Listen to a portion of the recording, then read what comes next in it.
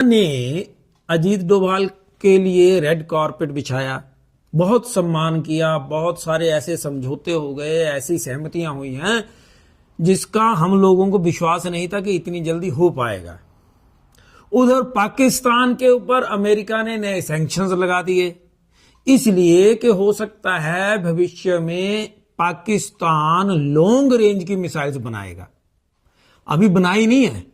पाकिस्तान के पास जो मिसाइल अभी रिसेंट है शाहीन 3, उसकी रेंज 2700 किलोमीटर के लगभग है। अमेरिका की दूरी 10-11 हजार किलोमीटर है पाकिस्तान से, मतलब बहुत सारे साल लग जाएंगे पाकिस्तान के लिए यह योग्यता प्राप्त करना कि अमेरिका पर अटैक करे। तो क्या कारण है, हम डिस्कस करेंगे।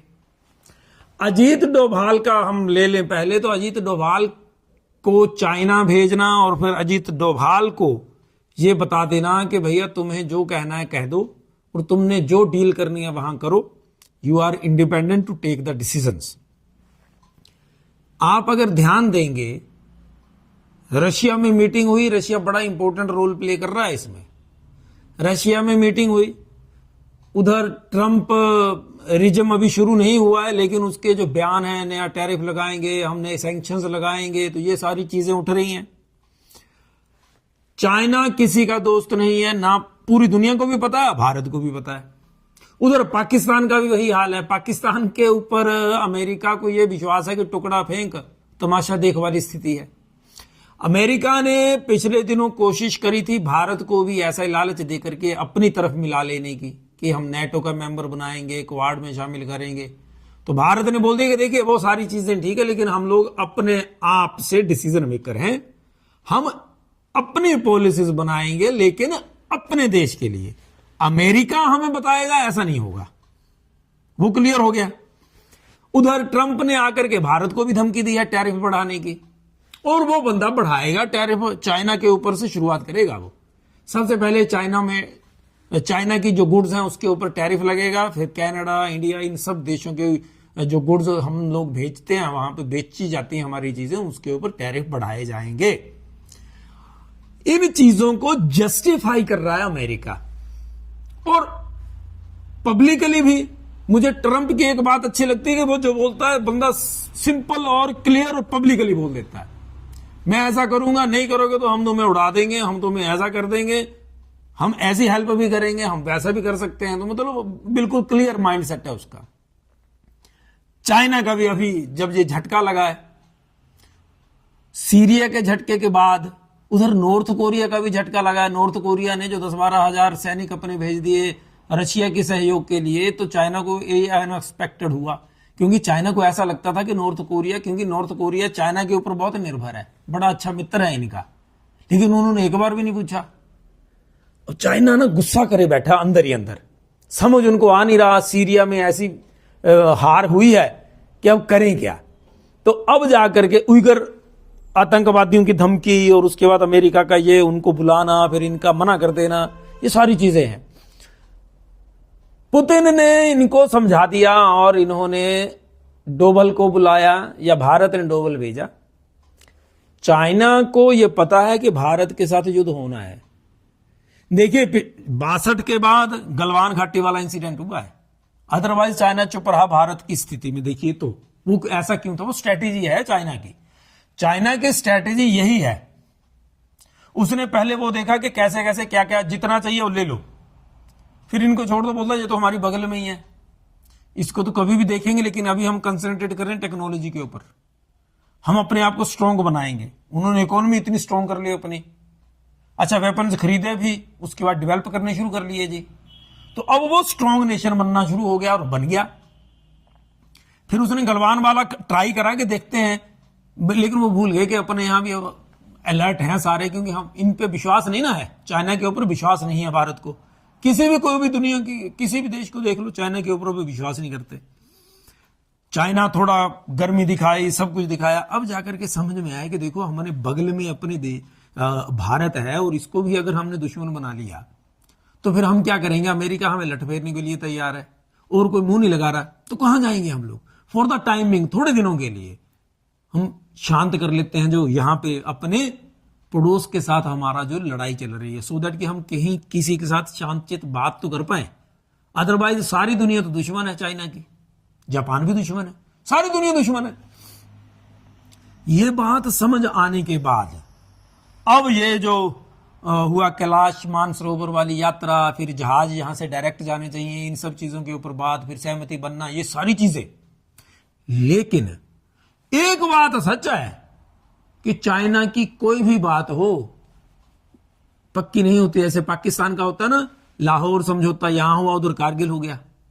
तो पाकिस्तान और चाइना कोई भी समझौता कर ले, भारत बिल्कुल सजग होकर के इनके ऊपर नजर भी रख रहा है और काम भी कर रहा है।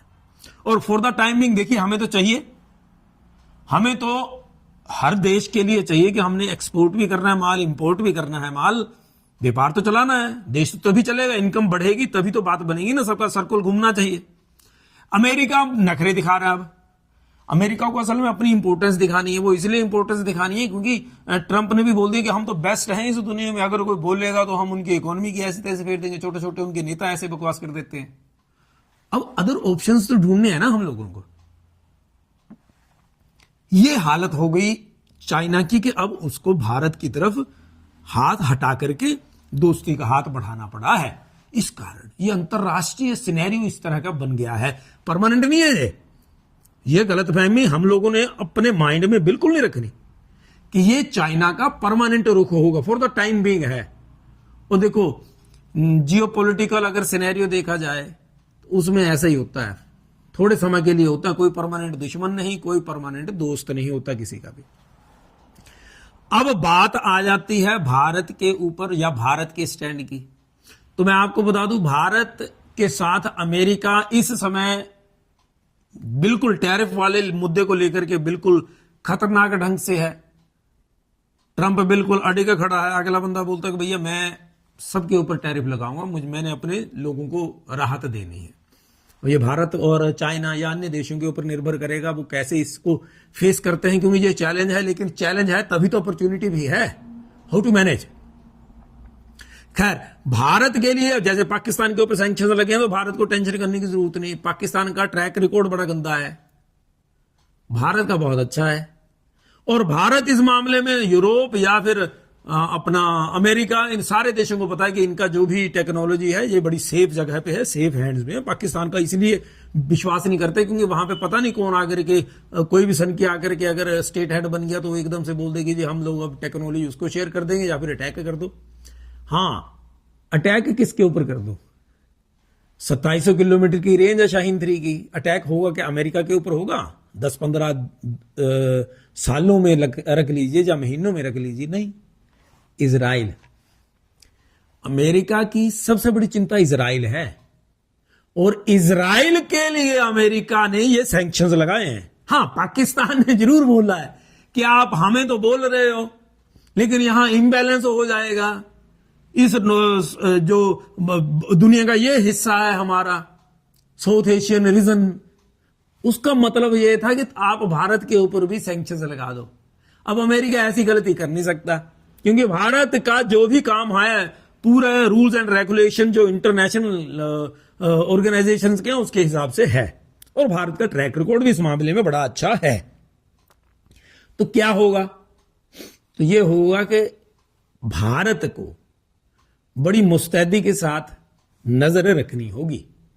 उधर एक बड़ा मजेदार इंसिडेंट हुआ है जब पुतिन ने चैलेंज कर दिया यूरोप और अमेरिका को कि यूक्रेन में हम अपने हथियारों का एक प्रैक्टिकल कर लेते हैं, आप अपना डिफेंस सिस्टम सारे लगा लो और मैं यहां से अपने यहां से स्पुतनिक 2 मिसाइल यहां से लॉन्च करेंगे रशिया से।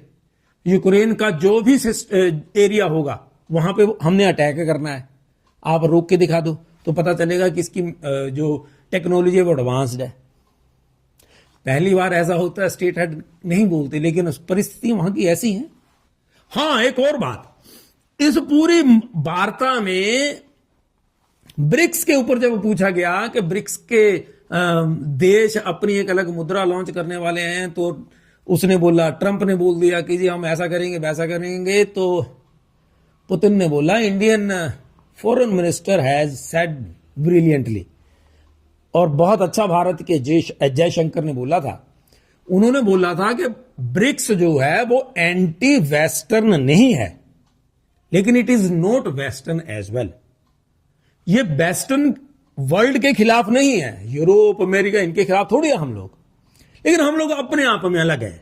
आप इसको ये ना समझें कि ये टेरर हो जाएगा वेस्ट के लिए। और ये वाली स्टेटमेंट थ्रू आउट वर्ल्ड बहुत प्रसिद्ध हुई है।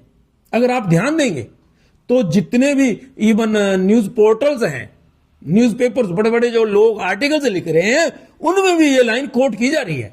और ये भारत के लिए बड़े फख्र की बात है कि हमारा जो फॉरेन मिनिस्टर है वो इतने वर्ल्ड लेवल पर जाकर के इतनी ऊंचाइयां प्राप्त कर रहे हैं वो।